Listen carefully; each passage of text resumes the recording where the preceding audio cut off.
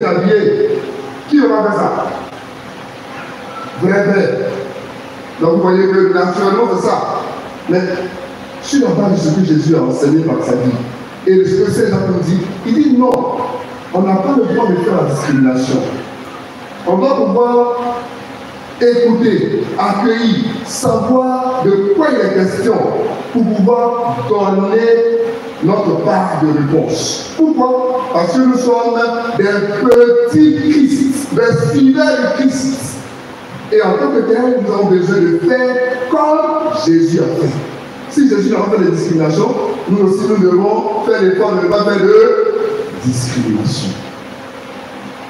Ça veut dire que nous devons faire l'effort chaque jour, l'exercice de ne pas marginaliser les gens, de ne pas juger les gens sur la base de l'apparence. Nous devons faire l'effort de respecter celui qui est en face de nous, quel que soit son âge, quelle que soit son apparence. Une oreille attentive ne tue personne.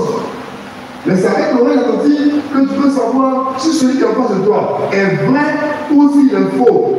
Mais si tu t'arrêtes qu'à son apparence, tu risques de rater le rendez-vous de Dieu. Tu risques de rater le rendez-vous de Dieu. Le père Yves, il aime bien les histoires. Et une fois, je sais qu'il nous a raconté cette histoire où une dame attendait Jésus. Elle dit attends Jésus.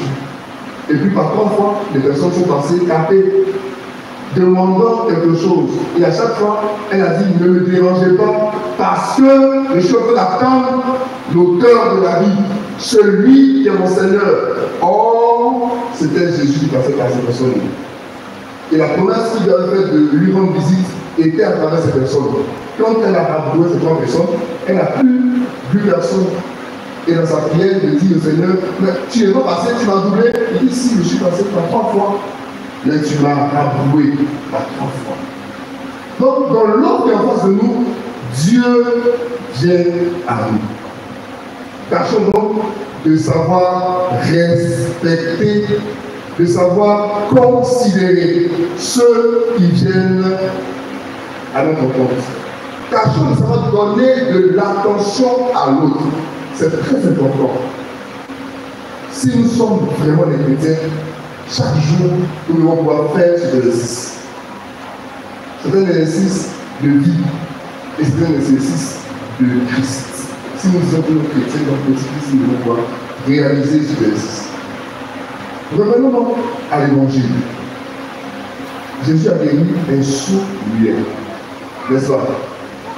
Chers frères et sœurs, est-ce que quelquefois on s'assoit et puis on se rend compte que c'est une grâce que nous avons d'entendre.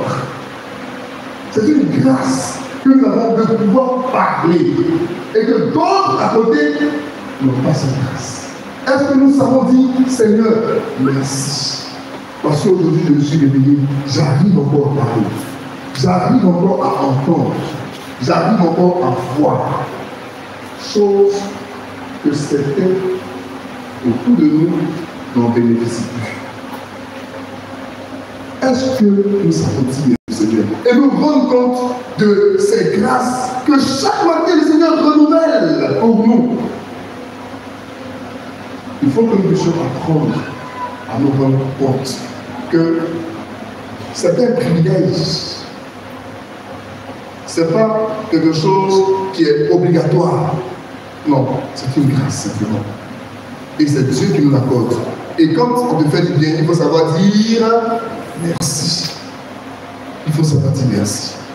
Et si, heureusement, nous avons la grâce d'entendre et de parler physiquement, malheureusement, bien souvent, nous avons la disgrâce spirituelle de ne pas pouvoir parler et de ne pas pouvoir entendre.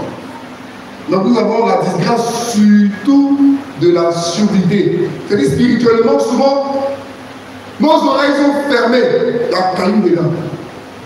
Souvent, spirituellement, nos bouches sont fermées.